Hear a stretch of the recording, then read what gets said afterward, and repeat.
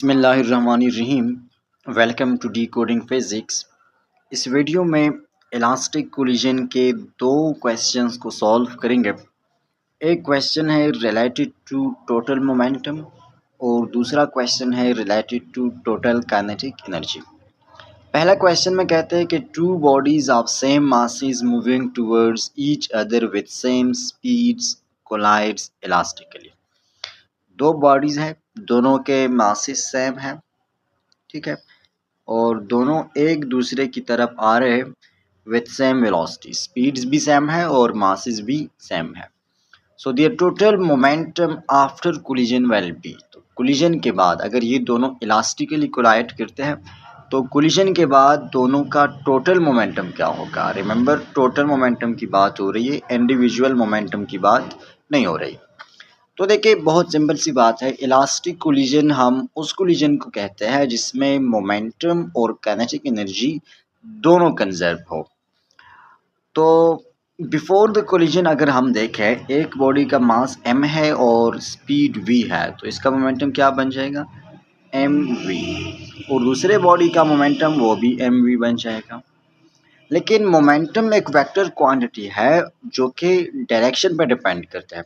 अब यहाँ पर दोनों बॉडीज अपोजिट डायरेक्शन में जा रही है, तो अगर एक का मोमेंटम हम mv लेते हैं, दूसरे का मोमेंटम हम क्या लेंगे, -mv लेंगे। अब बिफोर द कोलिजन अगर हम टोटल मोमेंटम देखें, टोटल मोमेंटम का मतलब क्या, दोनों के मोमेंटम को ऐड करें, यानी mv और -mv को ऐड करें तो इसे क्या बनेगा, ज़ीरो बनेगा। ज़ाहिर सी बात है, यानी before the collision total momentum is zero, क्योंकि अगर एक मोमेंटम प्लस है तो सेम मोमेंटम दूसरे के पास भी है लेकिन उसके साथ नेगेटिव साइन है, तो total momentum will become zero. अब कंजर्वेशन ऑफ मोमेंटम ये कहती है कि अगर before the collision total momentum zero है तो आफ्टर द कोलिजन भी टोटल मोमेंटम ज़ीरो ही होगा। ये हमारा मोमेंटम का केस सॉल्व हो गया। अब दूसरा जो क्वेश्चन है उसमें मोमेंटम की बजाय काइनेटिक एनर्जी की बात है।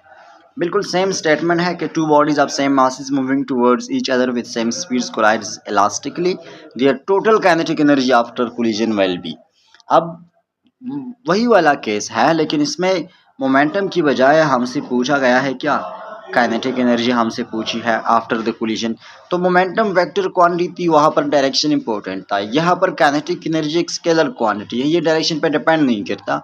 तो अगर एक बॉडी के पास काइनेटिक एनर्जी हाफ mv² है और दूसरे के पास भी हाफ mv² है, तो दोनों की टोटल काइनेटिक एनर्जी क्या बन जाएगी, 2 टाइम्स ऑफ हाफ mv², यानी 2 टाइम्स ऑफ हाफ mv² से क्या बन जाएगा, mv² बन जाएगा, यानी कि 2 मल्टीप्लाई बाई 1/2 हाफ mv² बन जाएगा, ठीक है, ये है स्क्वायर। तो यहाँ पर 2 के साथ कैंसिल हो जाएगा और क्या रह जाएगा, mv² before the collision. Again conservation of kinetic energy ये कहती है कि बिफोर द कोलिजन जो टोटल काइनेटिक एनर्जी है वही kinetic energy after the collision भी होगी।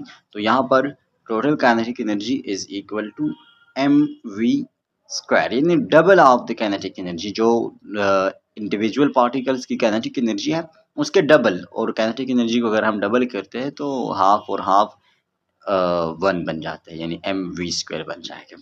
आई होप ये इजी सा कंसेप्ट आपके समझ में आई होगी।